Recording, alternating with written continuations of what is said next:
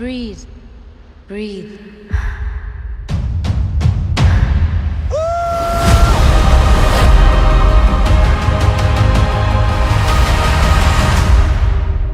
Teman-teman, ini adalah video pertama di mana saya membahas tentang film. Ya, saya akan merecap suatu film, dan terlebih di sini saya bukan hanya untuk merangkumkan suatu film kepada kalian, melainkan di sini saya ingin menyampaikan kepada kalian ketika kita menonton suatu, contohnya seperti film, kita harus pandai dan tahu untuk menonton film apa yang harus kita saksikan bersama tentunya. Entah itu bersama teman, keluarga, dan terutama juga kepada anak-anak kita. Oke, di sini saya selalu mempelajari apapun yang ada di hadapan saya, termasuk film. Di dalam suatu film, terkhusus film Avatar 2, ini sangat luar biasa. Di film itu saya mendapatkan banyak sekali pembelajaran tentang kehidupan, di mana yang kita ketahui seorang sutradara yang bernama James Cameron, meskipun dia tidak gencar di dalam memproduksi suatu film, tapi ketika dia membuat film, pasti itu menjadi ikon pada masanya. Contohnya seperti Avatar yang pertama, terus Alita juga ya. Saya juga mengcover jurus Alita itu, yaitu gerakan di mana mengkombinasikan antara 3 bela diri di sana. Antara itu Wing Chun, Muay Thai, dan Wushu. Nah, di film terbarunya ini yaitu Avatar 2: The Way of Water. Yang pertama, film ini menceritakan tentang Jack Sully yang berhasil survive ketika dia menghadapi peperangan yang hampir meluluh lantakan bangsa Na'vi. Setelah peperangan dimenangkan oleh Jack Sully, di mana saat itu menjadi Taruk Makto, manusia pada waktu itu dipulangkan ke bumi lagi dan hanya tinggal beberapa saja. Nah, setelah itu film ini dipending sekitar kurang lebih 13 tahun ya, sampai tayang pada saat ini. Teman-teman yang belum nonton silahkan nonton, banyak sekali pesan moral di dalamnya. Oke, kembali lagi ke lanjutan film. Nah, di film Avatar 2 ini Jack Sully sudah memiliki beberapa anak atau 4 anak di situ dan hidup berbahagia di Pandora. Namun pada suatu ketika datang lagi bangsa bumi untuk menjarah atau menambang apa yang ada di tanah Pandora. Seketika hutan, beberapa hewan juga yang ada di sana yang pada malam itu tenang langsung berhamburan, di mana alam yang indah dirusak dengan kedatangan manusia untuk mengambil sumber daya yang ada di Pandora. Ya, katanya Pandora ini penuh dengan kehidupan dan memiliki sumber daya yang luar biasa yang bisa dibawa ke bumi untuk diuangkan gitu. Jadi manusia-manusia ini yang datang ke planet Pandora tidak lain tidak bukan hanya untuk mencari atau menambang kekayaan yang ada di sana. Kita di sini tahu bahwa James Cameron adalah seorang pecinta alam, ya. Dia adalah seorang yang peduli lingkungan. Jadi ketika dia membuat film, pasti ada filosofi atau pesan moral di dalamnya. Oke, kembali lagi ke lanjutan film. Setelah itu terjadi pemburuan terhadap ikan paus. Kalau kita melihatnya ya ikan paus, namun di film itu diberi nama Tulkun. Di mana Tulkun ini diburu untuk diambil cairan di dalam tubuhnya, yaitu disedot untuk dijadikan bahan anti-aging atau bahan kecantikan lah seperti itu.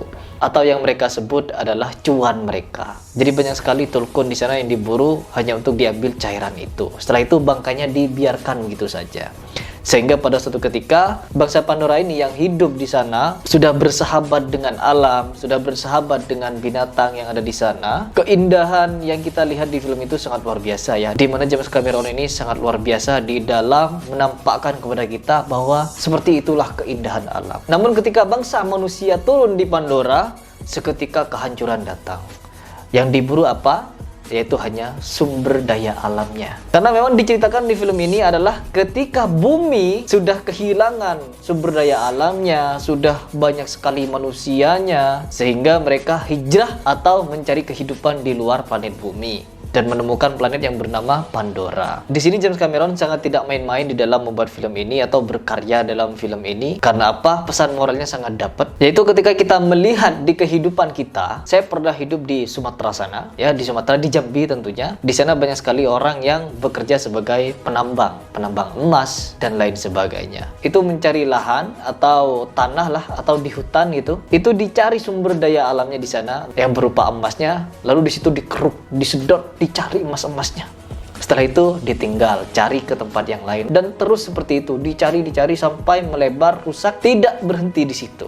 Kalau kita melihat tambang batu bara misalkan, itu kerusakan yang terjadi setelah kegiatan penambangan, pasti tidak terlepas juga adanya limbah, dan limbah itu dialirkan ke sungai dan lain sebagainya, mencemarkan. Jadi memang kalau kita menarik kesimpulan atau menarik benang merah antara kehidupan nyata ini dengan film yang terjadi di Pandora atau di Avatar 2 ini tidak jauh berbeda, di mana manusia atau orang yang berburu kekayaan alam, sumber daya alam, itu pasti ujung-ujungnya merusak. Itu adalah pesan moral yang disampaikan oleh James Cameron. Di mana kalau kita melihat ketika bangsa manusia ini menjajah Pandora, di situ ada yang namanya pohon Ewa, kalau tidak salah di Avatar 1 itu habis dirobohkan ya, diratakan. Karena apa? Untuk dikuasai katanya, berperang, sehingga kekayaan alam yang ada di Pandora itu bisa diambil alih oleh penjajah yang datang dari bumi ke Pandora ini.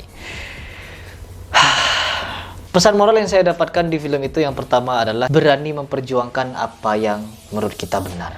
Ya, ketika kita melihat kebenaran, kita harus memperjuangkannya. Di sini saya ambil filosofi atau pelajaran dari pertemuan antara Loa dengan Tulkun atau ikan paus di Pandora sana. Di situ mengajarkan kita meskipun kita berbeda-beda, berbeda bangsa, beda suku, bahkan kita berbeda spesies dengan binatang seperti itu. Kita harus paham bahwa binatang itu membutuhkan kebebasan. Binatang itu butuh kehidupan yang layak juga. Apa kehidupan yang layak? Yaitu hidup bebas. Karena di situ hewan Tulkun ini diburu untuk diambil cairannya, setelah itu dibiarkan. Yang mati dibiarkan mati, yang tersiksa dibiarkan tersiksa sampai mati, seperti itu. Jadi di situ antara anaknya Jack Sully ini bertemu dengan Tulkun, mereka saling memahami satu sama lain sehingga mereka bersahabat dan saling membantu. Ketika anaknya Jack Sully ini tersesat atau di dalam kondisi yang berbahaya, ditolong oleh Tulkun. Dan begitupun sebaliknya, Loa atau anaknya si Jack Sully ini menolong Tulkun untuk melepaskan panah yang menancap di siripnya, sehingga di situ mereka bersahabat. Dan tidak jauh berbeda dengan manusia ya. Manusia ketika kita bertemu dengan orang yang satu frekuensi, ya satu frekuensi, apa yang dimaksud?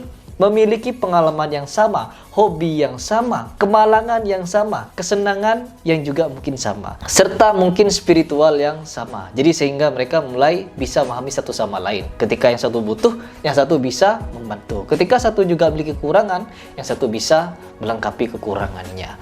Jadi seperti itu. Ini adalah pelajaran yang saya ambil dari film yang dibuat oleh James Cameron. Sangat luar biasa. Karena memang film ini dibuat sangat lama ya, dan tentunya dengan pemikiran yang sudah matang. Kita tahu bahwa film Avatar yang pertama luar biasa menarik perhatian publik, dan saya sangat mensupport film ini untuk menjadikan pembelajaran bagi anak-anak tentunya, dan tentunya juga bagi pengusaha tambang.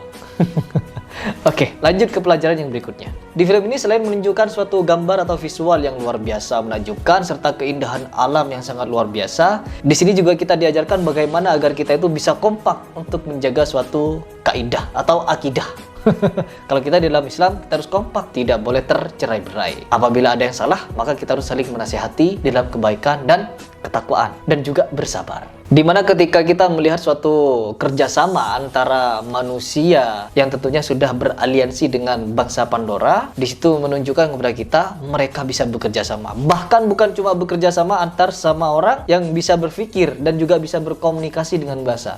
Bahkan mereka bekerja sama dengan hewan-hewan dan juga alam. Luar biasa. Jadi ketika kita bisa menjaga alam, maka insya Allah alam itu akan menjaga kita. Seperti yang Allah Subhanahu wa Ta'ala sampaikan kepada kita, Allah siratkan kepada kita di dalam Al-Quran, di surat Al-Baqarah di ayat 205. Dan apabila dia berpaling dan dia berjalan di muka bumi untuk melakukan kerusakan padanya, merusak tanaman atau tumbuhan dan juga merusak binatang. Bukan cuma merusak, melainkan juga membunuh sehingga menyiksa binatang itu sampai meninggal. Ini yang ada di film Pandora yang saya tonton. Dan juga Allah tidak menyukai perbuatan seperti itu.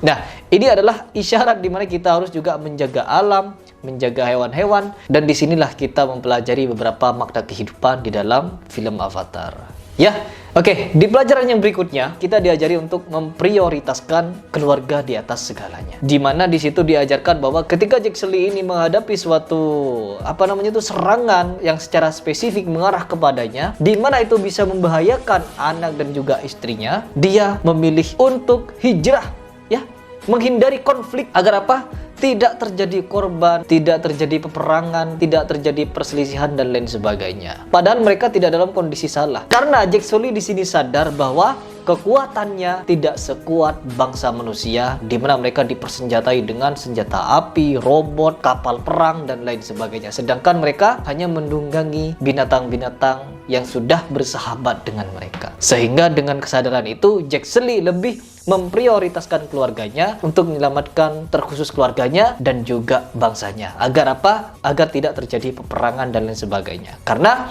yang diburu adalah ketuanya. Siapa? Jack Sully. Dan di film ini kita diajari bagaimana cara kita untuk bersikap menjadi seorang pemimpin. Bukan cuma memimpin di dalam anggota keorganisasian atau di dalam klan, melainkan di dalam keluarga. Terus nilai positif yang berikutnya. Teknologi harus digunakan dengan sangat bijak tanpa mempengaruhi atau merusak lingkungan hidup atau lingkungan di alam sekitar kita. Dimana di film ini dijelaskan bahwa ketika kita nonton di film itu, ada segolongan manusia atau organisasi di sana yang khusus untuk memburu hewan laut. Contohnya seperti paus atau tulkun tadi.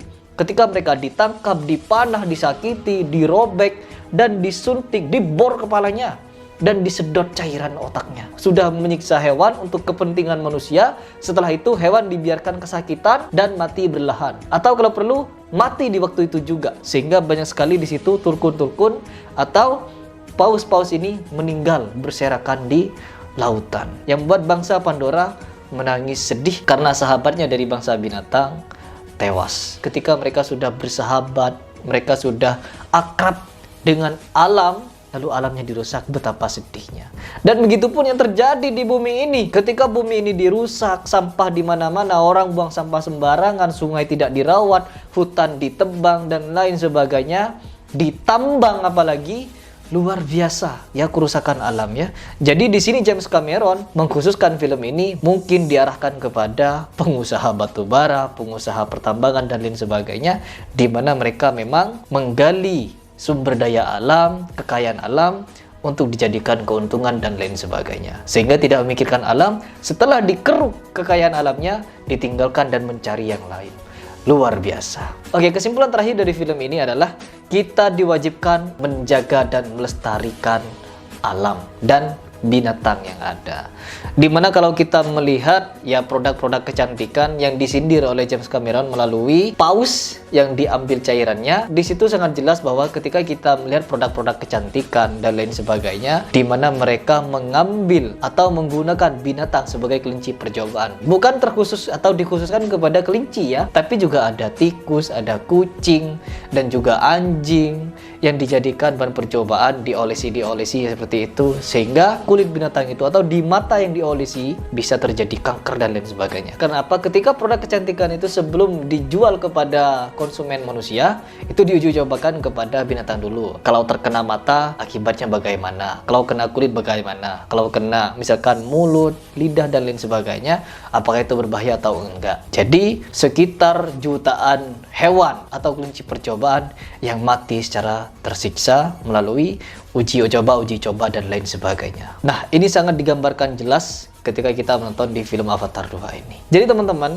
ketika kita menonton suatu tontonan apapun yang ada di hadapan kita, kita harus pandai memilah dan memilihnya. Jangan asal nonton kalau kita tidak mendapatkan dan tidak bisa mengkaji apa yang kita tonton. Jangan sampai kita menonton hanya sekedar hiburan, setelah itu keluar dan kita tidak mendapatkan apa-apa dari film itu. Kita harus mendapatkan pesan yang ada di film itu. Apapun yang kita tonton, kita harus mendapatkan pesan, terkhusus pesan kehidupan yang ada di dalamnya. Bukan cuma belajar kepada sesuatu yang spesifik, tapi kita diwajibkan untuk belajar kepada sesuatu yang bersifat universal, ya, universal. Di dalam akidah kita diajarkan cara belajar secara universal dan bagaimana cara kita menyikapi kehidupan ini yang sebenarnya. Oke, teman-teman, bagi kalian yang belum nonton film Avatar 2 tentunya, saya rekomendasikan untuk kalian nonton. Karena apa? Film ini memiliki budget atau diproduksi dengan biaya yang tidak sedikit, sekitar 5-6 triliun rupiah untuk menyajikan kepada kita suatu karya yang luar biasa, suatu karya yang menunjukkan keindahan alam apabila kita jaga. Keindahan yang ada di bawah laut sana sangat luar biasa, dan juga keindahan yang ada di gunung-gunung, di hutan-hutan itu sangat luar biasa apabila kita bisa menjaganya dengan baik. Dan tidak seharusnya manusia itu merusak alam, lingkungan. Karena apa? Setelah lingkungan dirusak, setelah sumber daya diambil lalu ditinggalkan dan lain sebagainya, maka ketahuilah bencana akan segera datang. Karena apa? Alam akan membalas perbuatan manusia. Seperti itu. Baik, mungkin itu saja yang ingin saya share kepada teman-teman sekalian ya. Ini adalah video pertama di mana saya membahas atau merecap suatu film dan mengkaji film itu apa yang kita dapat di dalamnya. Semoga video ini bisa bermanfaat dan tentunya bisa memberikan kita pembelajaran apa itu tentang kehidupan. Saya Ripras mengucapkan salam.